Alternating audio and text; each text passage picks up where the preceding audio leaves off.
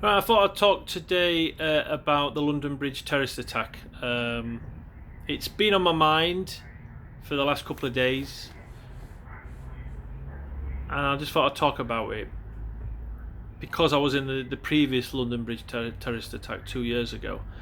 Um, but what I want to talk about is a few days before the terrorist attack, there was three people that died that I knew in my life. The first one was somebody who I've known all my life.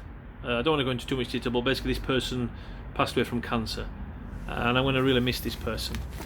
And the two other people that died, another one had cancer who was famous on television for being like an entertainer, and another person who died was a chef who I'd known watching on television as well. So three people died in one day, and I remember thinking, I was feeling quite low really. I was thinking it's sad when people that die, and it's part of my youth, it's gone. But obviously life moves on, But if anyone would have said to me, could these, deaths been, could these deaths have been avoided? I would have said, well, no, because as you know, cancer takes people, and people can also die in maybe circumstances that we don't know, they actually died. Which brings me on to this London Bridge terrorist attack, because on that day, it says here, two people died. As you can see, there's a man and a woman there who died very young, in their 20s. And three people were injured. They had life-changing injuries. Now, if you ask the question, could these deaths have been avoided? Then yes, they could have been avoided. I feel our justice system is just...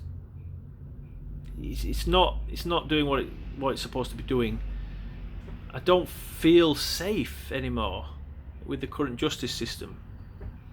It's basically allowing terrorists, or would-be terrorists, to be released, even though they say that, they're deemed safe. And it's just the fact that, just reading the news, and the fact that,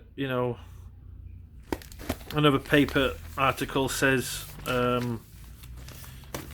the angel stolen by pure evil. And it's just so sad, really, that this took place, and the fact that it took place on London Bridge again, of all the places. I only went to the Old Bailey to give evidence around 5 or 6 months ago, and that was very emotional, because I actually got to find out what really happened that night in detail, and that's what upset me. I was so close to what happened on that bridge that basically I was 40-50 metres away from people who were being, stabbed to death, and I didn't know people were being stabbed. And it's just the fact that something like this happens again, and the fact that somebody who was deemed safe to the public has now caused the deaths of two innocent people. So was the judge right to release whoever the judge is? This person does need to be brought to account, because their actions have allowed two members of the public to get killed, and three more with life-changing injuries. And this has impacted hundreds, if not thousands of people, because obviously their families are affected, friends. I just don't see where we're moving forward with this. The fact that these people who died were trying to improve people's lives just makes it all the more worse, just a bad feeling. These people who died had a passion for criminal justice, the fact that the terrorist was invited to this place called Fishmonger's Hall, which is on the north side of London Bridge, and the attack took place in there, and then it went out onto the bridge itself, literally 50 metres from where the attack took place 2 years ago. I even said after the Westminster attack that there should have been barriers put up. I didn't say it to anyone, but I was saying it to myself, and I should have said something in hindsight, because I knew after the Westminster attack there would be like a copycat attack. This would inspire other people to do the same crazy, evil stuff. these evil acts, and within 2 months there was the attack in Manchester, and then only, I think, 1.5, 2 weeks afterwards there was the London Bridge attack. Now, straight after the Manchester attack, I was on edge because I just thought there's going to be another one, and I always felt that London Bridge was vulnerable. Now, alright, the barriers have been put up, but it's too late. People had already died. In total, 8 people died and around 50 were injured. I just want to move on with my life, and just to see that this is happening again on the, it happened on the bridge, it finished on the bridge.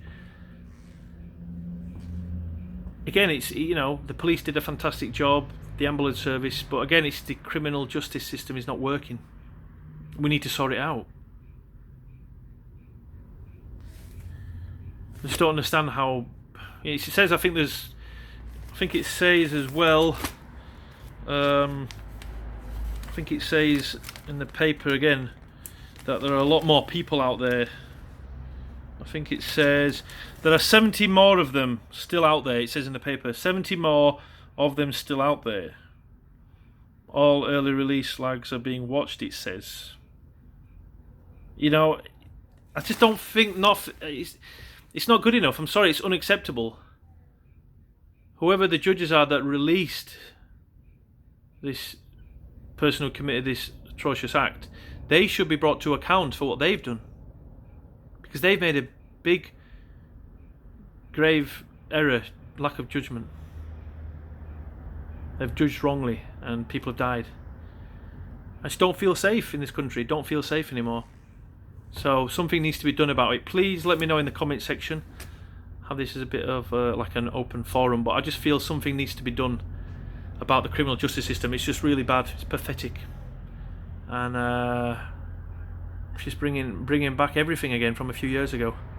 I wasn't on the bridge at the time. This second time, I was on my way to work, but it could have happened to anyone. And we need to feel safe in our country, even though the politicians are saying yes, things will, improve. No, we need to see action. We need to see new laws put in place that keep these evil people behind bars, maybe forever, for the rest of their lives. We cannot allow this to happen again. Have a good day, everyone. Bye bye.